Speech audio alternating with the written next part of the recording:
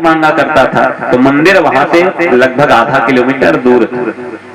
अब वो भिक्षुक जो है रोज भीख मांगने जाए तो एक सेठ का घर पड़े, और सेठ जी सुबह सुबह उठ जाते थे, छत पर खड़े रहते थे, और भिखारी कहता है सेठ जी कुछ होगा तो दे दो। सेठ जी कहते हैं नहीं है कुछ, कहता है रात का रोटी बचा हुआ वो तो दे दो सेठ जी। सेठ जी कहते हैं कुछ नहीं है। अब भिखारी चला जाता है बेचारा। फिर दूसरा दिन होता है सुबह, दूसरा दिन सुबह हुआ, फिर भिखारी बड़े भाव से मंदिर के लिए निकलता है। फिर सेठ जी ब्रश मारते रहते हैं, ब्रश करते रहते हैं, ब्रश करते रहते हैं।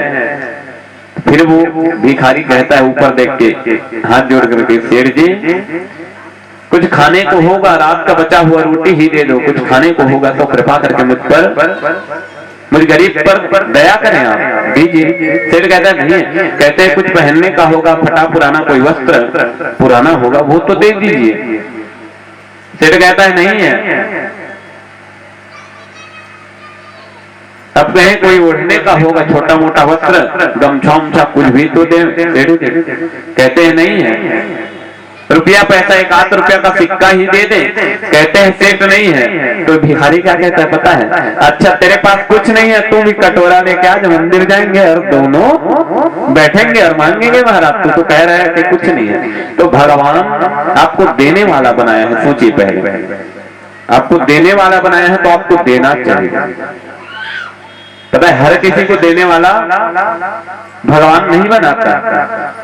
अब सोचिए आपके हालात वैसे हो, अगर जैसे आपके घर के बाहर कोई भिक्षुक आया है वैसे आपके हालात हो और कोई आपको भीख ना दे तो कैसे लगेगा ना जी।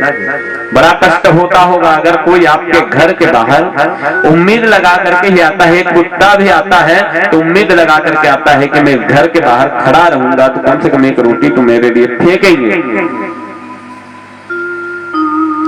और कई लोग डांट देते हैं भिक्षुकों को, जाओ कुछ नहीं है। बड़े बड़े शहरों में देखो, मैं बोला था ना, संत गांव में महाराज कोई भिक्षुक भी आ जाए तो गांव वाले उनको बाबा बाबा बोल के प्रणाम करते हैं, बड़े भाव से भिक्षा देते हैं। लेकिन शहर में अगर तो सच्चा संत भी आ जाए शहर में तो उसको कहते हैं जाओ कुछ नहीं बाबा।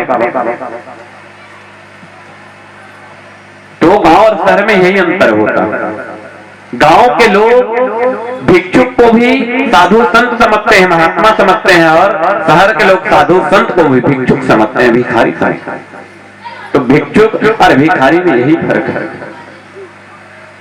आज ऐसे ही भगवान के सखा सुदामा की कथा आप हम सब सुनेंगे।